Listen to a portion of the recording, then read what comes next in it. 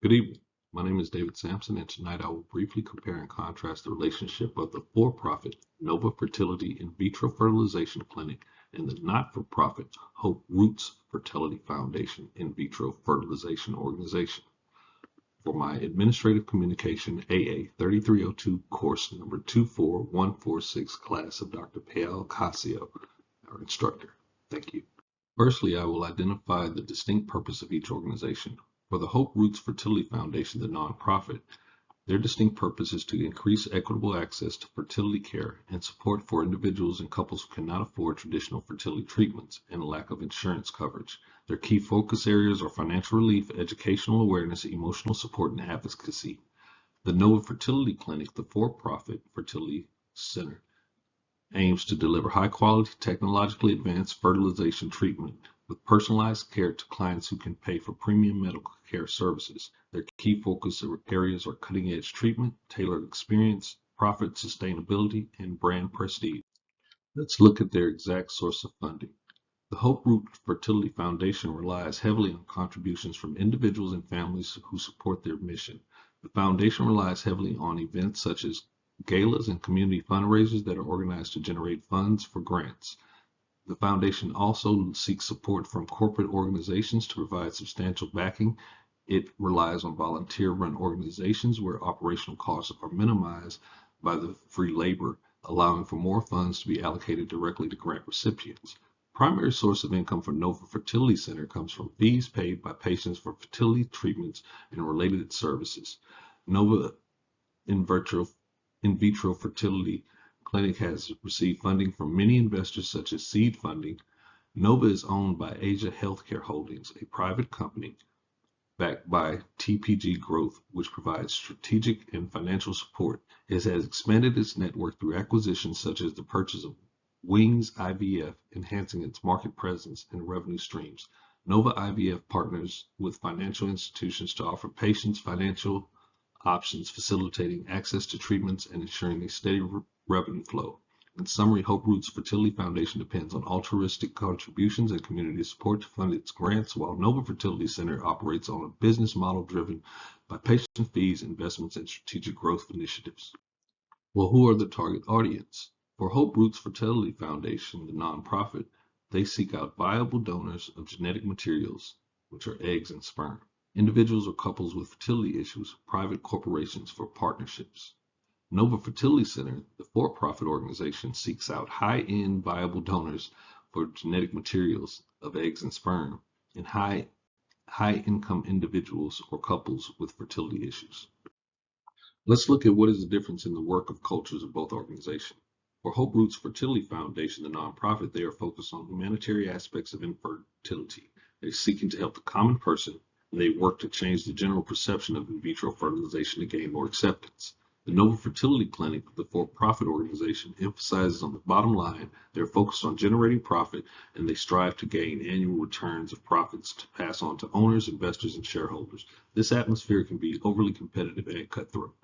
Now I'd like to compare and contrast the leadership styles. The primary leadership styles for Nova Fertility Clinic is pace setting. Nova emphasizes high performance, efficiency, and excellence, particularly in clinical outcomes and business growth. Leaders set ambitious goals for patient success rates, expansion, and innovation. The staff are expected to keep up with fast-paced demands and standards. One secondary style would be transactional. Employees work with clear roles, performance expectations, and reward structures tied to results.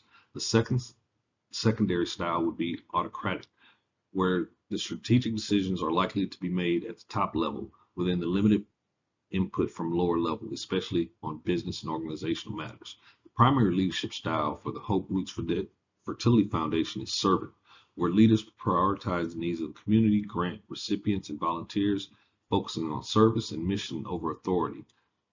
They listen, support, and empower team members and stakeholders. The goal is the impact and not the profit. Secondary styles are the affirmative, where the emphasis is on emotion, connection, and team harmony, especially given the sensitive nature of fertility struggles. The next secondary style is participative, where the decisions are often collaborative, involving board members and volunteers and community voices. So what are the differences in ethical work standards? Well, Nova Fertility Center prioritizes patient safety, confidentiality, and informed consent.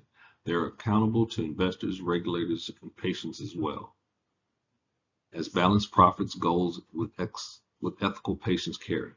They are ethical dilemmas around treatment, accessibility, pricing, transparency, and marketing. The foundation operates under a structured hierarchy which defines performance expectation while emphasizing data protection, clinical outcomes, and legal liability. Hope Roots Fertility Foundation is guided by mission-based ethics guided in fairness and inclusion, while being accountable to donors, grant recipients, and the community. They focus on ethical distribution of resources and support the underserved population. The foundation has to keep in mind it upholds transparency, funding grant selection and advocacy while emphasizing collaboration, empathy, and community trust over hierarchy. Staff and volunteers operate with an emphasis on social justice and dignity. What are the different motivations of leadership in both organizations?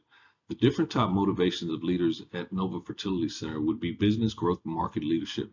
They would want to expand clinic locations, increase patient volume, and improve IVF success rates. The different top motivations of leaders at Hope Roots Fertility Foundation would want to increase access to fertility care, help people who cannot afford treatment realize their dreams of parenthood, and socially impact and health equity.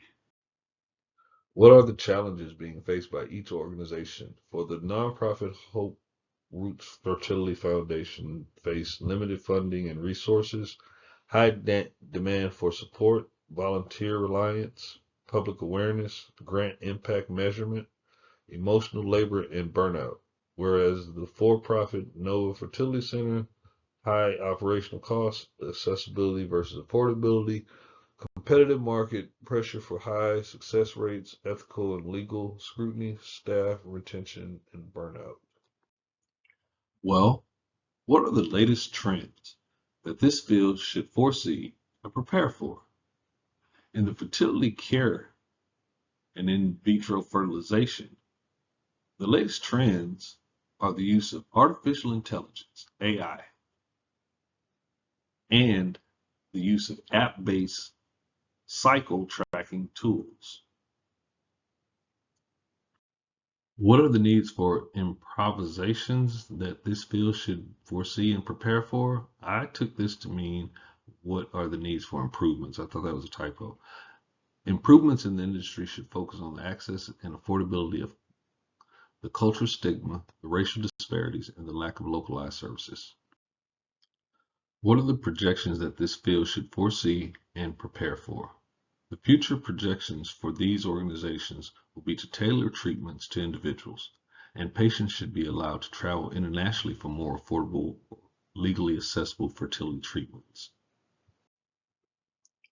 For my final thought of what type of leadership style I would like to adopt in the future, I would say in describing my personal thoughts on exactly what type of leadership I would adopt when I'm in a leadership position, I honestly would answer that as I would be a combination of three leadership styles. As a mature, experienced male working for over 13 years in the legal field as a paralegal, working hard to one day be an attorney, I see it every day and understand the necessity to be a multifaceted leader, especially as an attorney. I see my future self as a triple threat leader.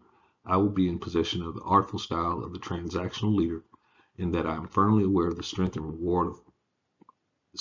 reward and punishment as a motivation, which serves attorneys well in mediations and arbitrations. Incentives like profit sharing, bonuses, PTO days, vacations, golf junkets are all forms of reward-based motivation, just as fear of loss, demotion, termination are all performance motivators as well. Secondly, I will embody the leadership qualities of a great visionary coach. As my experience with being coach as well as coaching, I know the importance of being able and willing to show how to properly perform a skill or technique. Because coaches can see the vision, they can gauge the potential of an individual even if that individual can't yet see it, making the leadership of a coach immeasurable. The last ingredient in the future me would have to be that of a transformative leader, because transformative leaders inspire and motivate those to strive for spectacular results, to go the extra mile, to think outside the box, and to achieve extraordinary outcomes. In working with attorneys, I see this style in practice, and it can produce from their support team deeper research, which will give them the elements for a more compelling argument in court, which tips the scales for them receiving more favorable verdicts, which will build more confidence, trust, and respect to the attorney and the firm they partner with. Yes, indeed, I will be a triple threat leader as an attorney with this foreseeable combination of being a transactional, visionary coach, and